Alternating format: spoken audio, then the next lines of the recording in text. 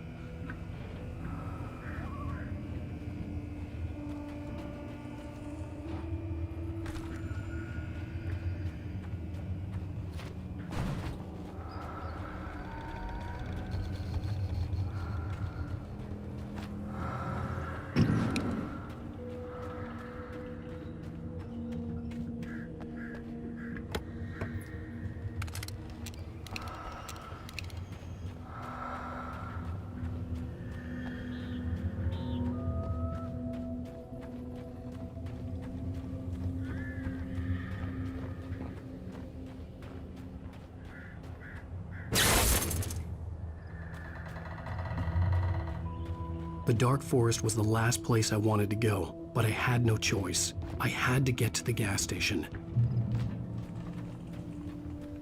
It's rabbit season!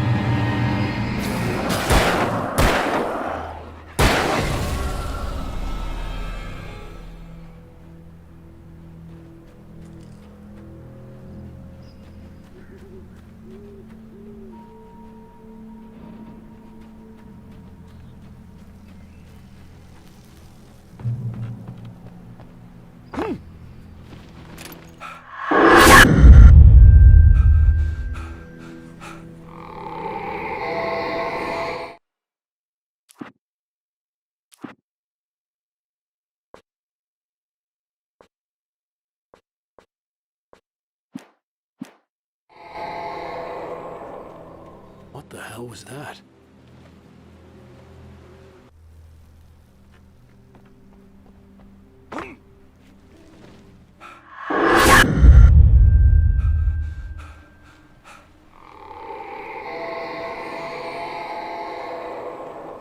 What the hell was that?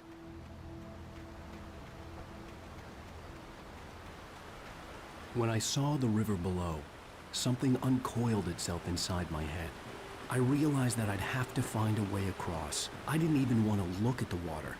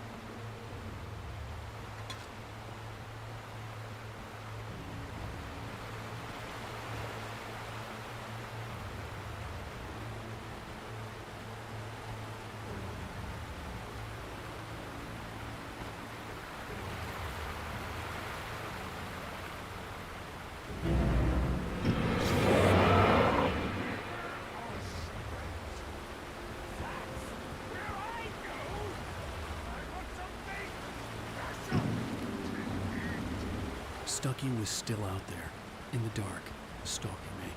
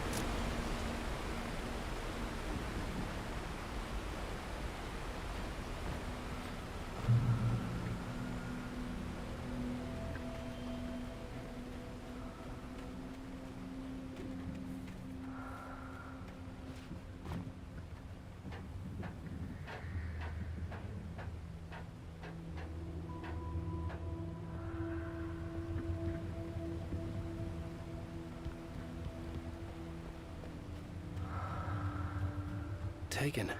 They're taken. Eerie hand-painted graffiti was revealed by my flashlight. Someone had hidden a chest of supplies near it.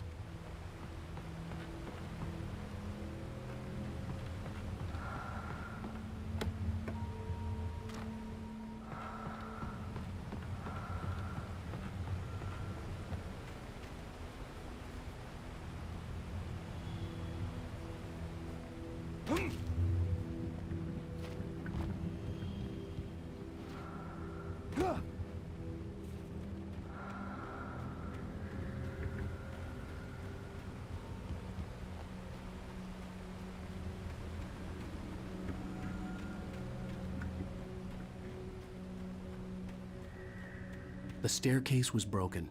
I had to make my way up some other way.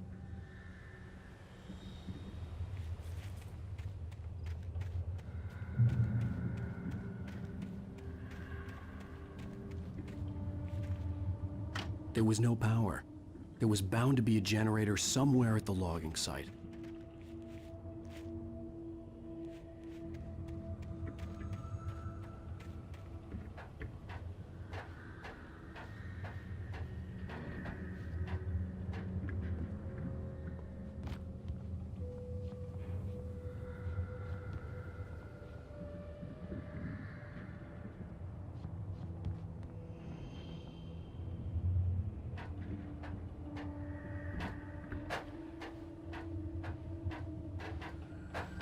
With all this forestry equipment around, there had to be something I could use to reach the top.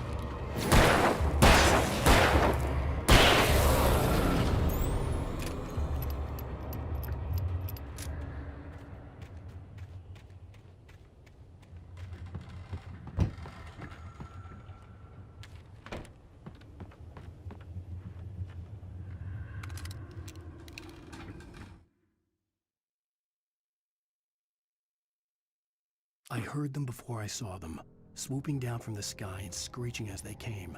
I spun around just as the cloud was upon me. For an instant, I stared into 100 dead eyes, black pearls glittering in the darkness. I raised the flashlight and the swarm exploded like fireworks. Feathers burned, turned into ash. I couldn't hear my scream above theirs.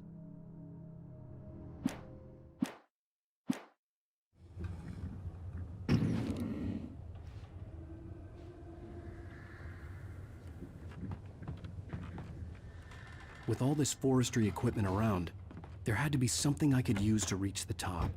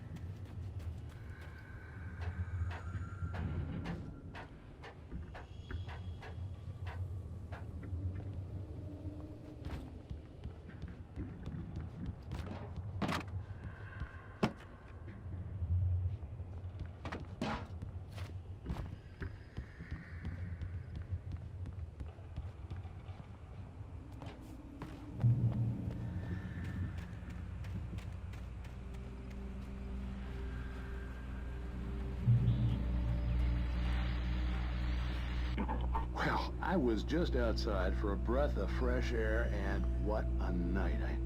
I know most of you are probably in your beds by now, but if you're still up and around, take a moment. Step outside for a spell and breathe in deep. The weather is absolutely still. The sky is crystal clear. It's like the forest is quietly breathing along with you. As you listeners know, I'm a night owl, and it's on nights like this I wish I wasn't cooped up in the studio. Makes an old man like me wish I could just roam wild. But here I am, and who'd keep you company all night long if I weren't? It looks like I'm not the only one staying up late. Caller, you're on the air. Hey, Pat, it's Maurice Horton. Hello, Maurice. What are you up to? Well, I was just taking Toby on his walkies.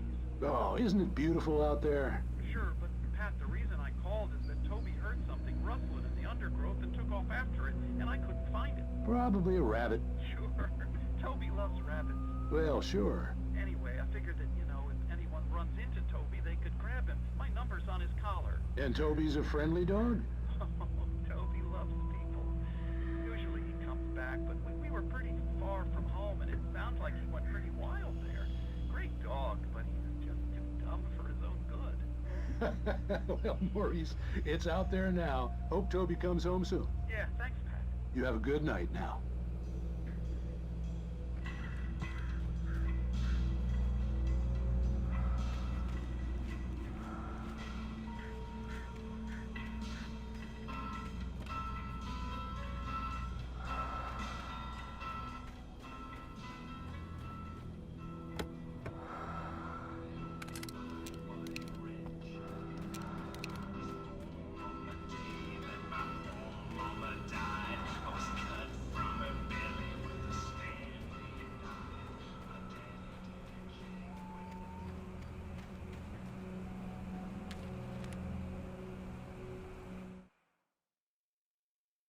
At first, I kept finding the pages as if by accident. The book I couldn't remember was either a terrible and true prophecy or an act of creation that had rewritten the world. I began to hunt the pages feverishly, for they held the answer to the mystery. With it, I could save myself. With it, I could save Alice.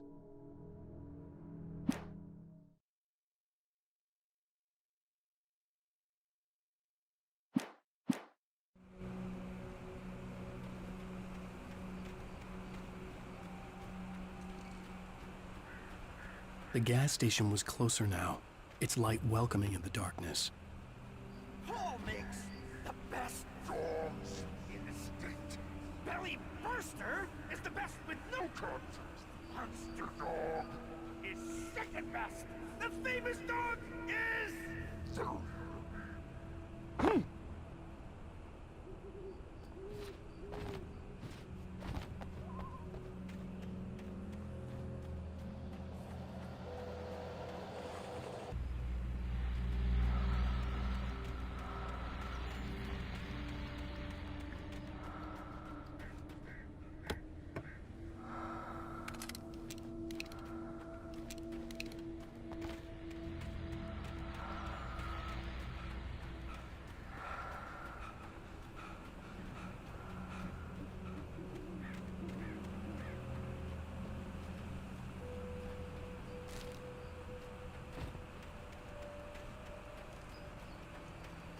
The gas station was closer now, its light welcoming in the darkness. Paul makes the best dogs in the state. Belly Burster is the best with no contest. Monster Dog is second best. The famous dog is...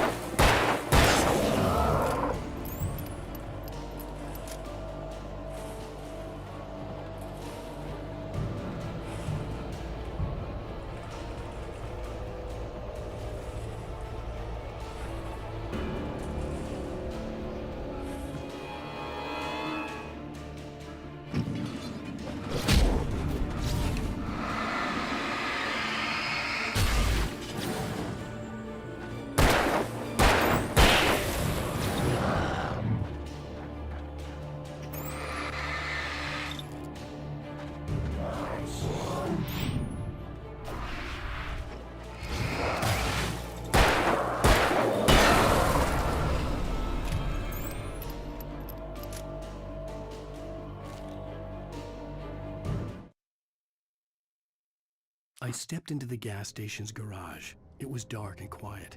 The place was a mess. It looked like someone trashed the place or that there'd been some kind of fight. Light spilled into the room through an open door at the back, and I made my way toward it. Without any warning, I was blinded by a bright light. An old portable TV on the shelf had come alive by itself.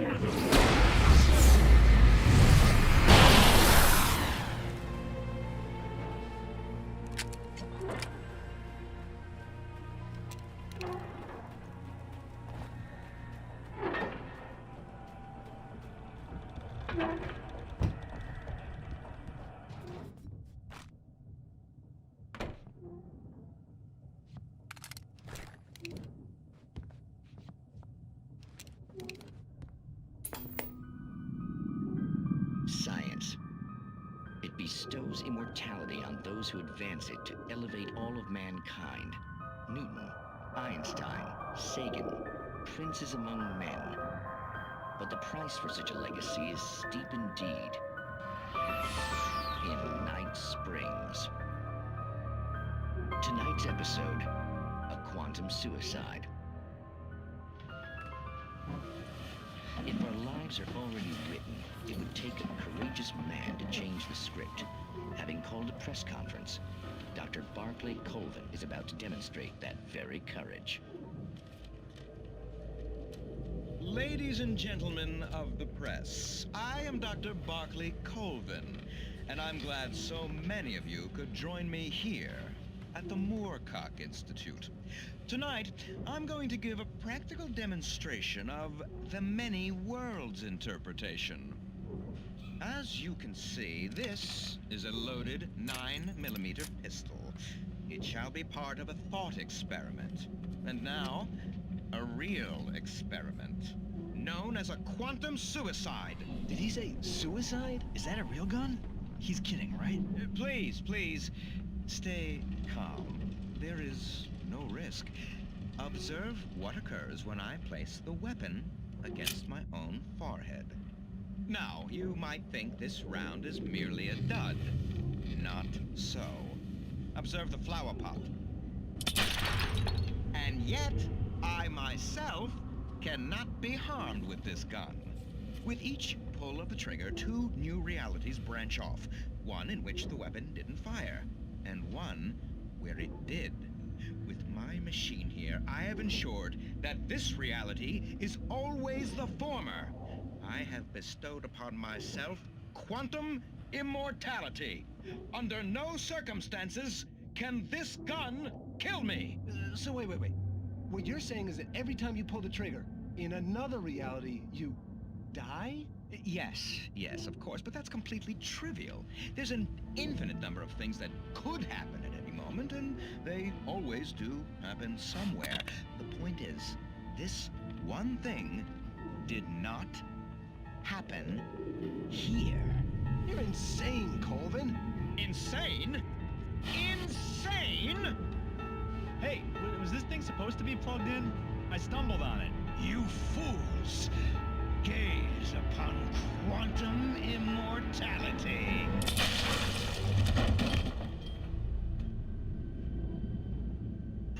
Poor Dr. Colvin, felled by his own hubris or the ignorance of the masses.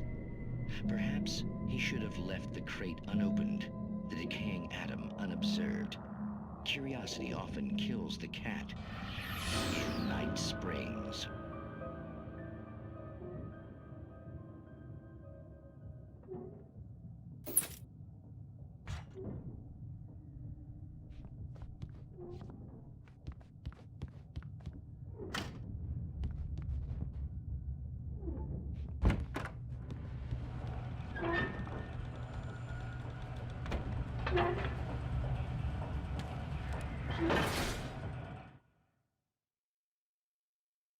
The cabin on Cauldron Lake? She asked. The sheriff looked at me suspiciously. The early morning light flooded through the office windows. I would probably never have gotten out of the woods alive without her help, but I couldn't tell her the truth of what I'd faced the previous night. She'd think I was lying or crazy. She'd lock me up, and she wouldn't help me find Alice.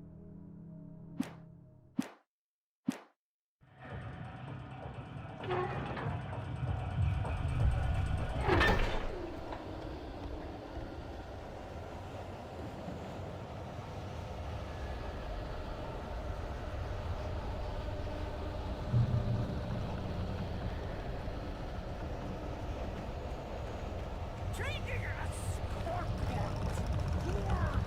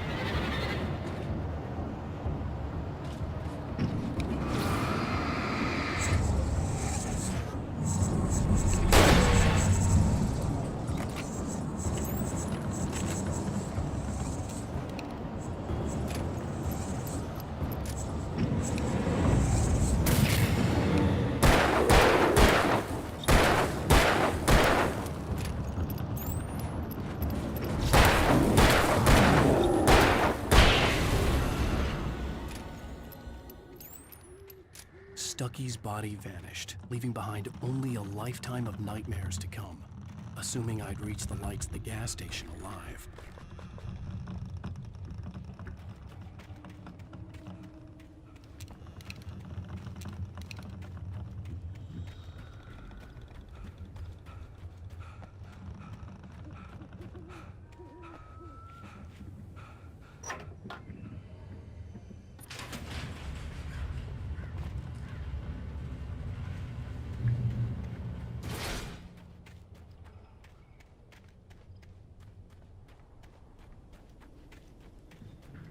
I recognized the parade float I had seen in Bright Falls when I first arrived with Alice.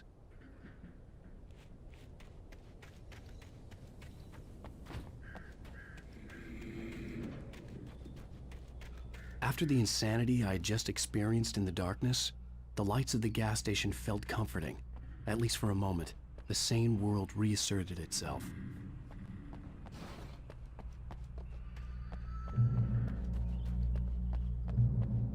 The garage was a mess. It looked like someone had trashed the place, or that there'd been some kind of fight.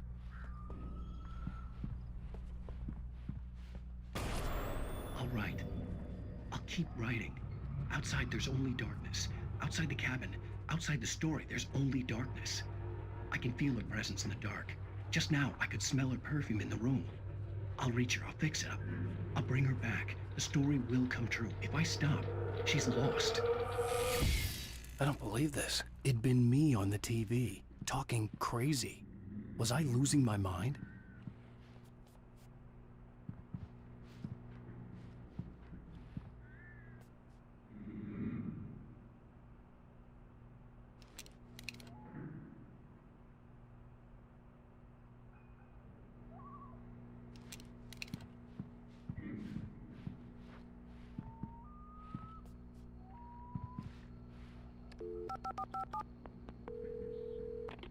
Great Falls Sheriff Station.